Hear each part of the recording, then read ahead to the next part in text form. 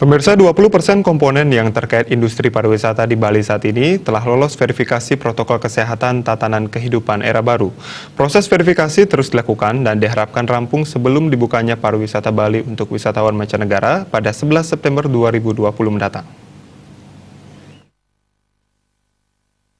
Menurut Kepala Dinas Pariwisata Provinsi Bali, Putu Astawa, pihaknya bersama Dinas Pariwisata Kabupaten Kota Sebali dan pemangku kepentingan terkait terus melakukan asesmen atau penilaian terhadap industri yang terkait dengan pariwisata seperti perhotelan, restoran, jasa transportasi maupun daya tarik wisata.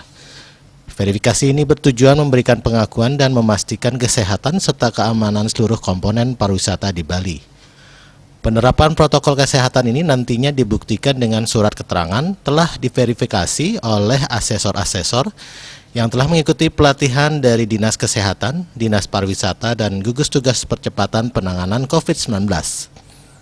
Proses verifikasi diharapkan telah rampung sebelum 11 September 2020 saat pariwisata Bali kembali dibuka untuk wisatawan mancanegara.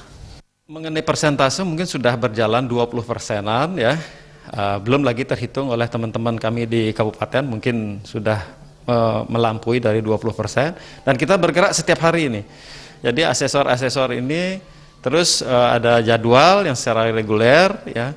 Mudah-mudahan sebelum 11 September itu sudah semua objek-objek ataupun industri sudah bisa kita berikan surat keterangan telah terverifikasi sesuai dengan protokol tatanan kehidupan era baru.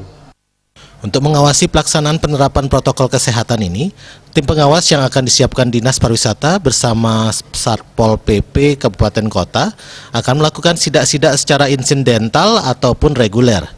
Jika terjadi pelanggaran, sertifikasi bisa dicabut dan akan menjadi bahan pertimbangan dalam proses perpanjangan izin usaha. Pengawasan nanti kita juga sudah menyiapkan. Di internal kita di pariwisata juga ada tim pengawas ya yang melibatkan teman-teman stakeholder di Satpol PP, teman-teman di kabupaten kota. Kita akan lakukan sidak-sidak secara insidental ataupun reguler ya. Dan kalau ternyata nanti mereka melanggar tidak sesuai dengan yang dipersyaratkan, sertifikasi itu bisa kita cabut.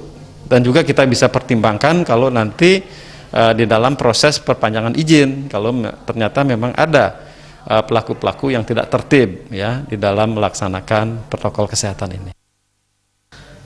Dengan penerapan protokol kesehatan secara disiplin, diharapkan tidak muncul klaster transmisi baru COVID-19 di sektor pariwisata. Eka Yana, Bali TV.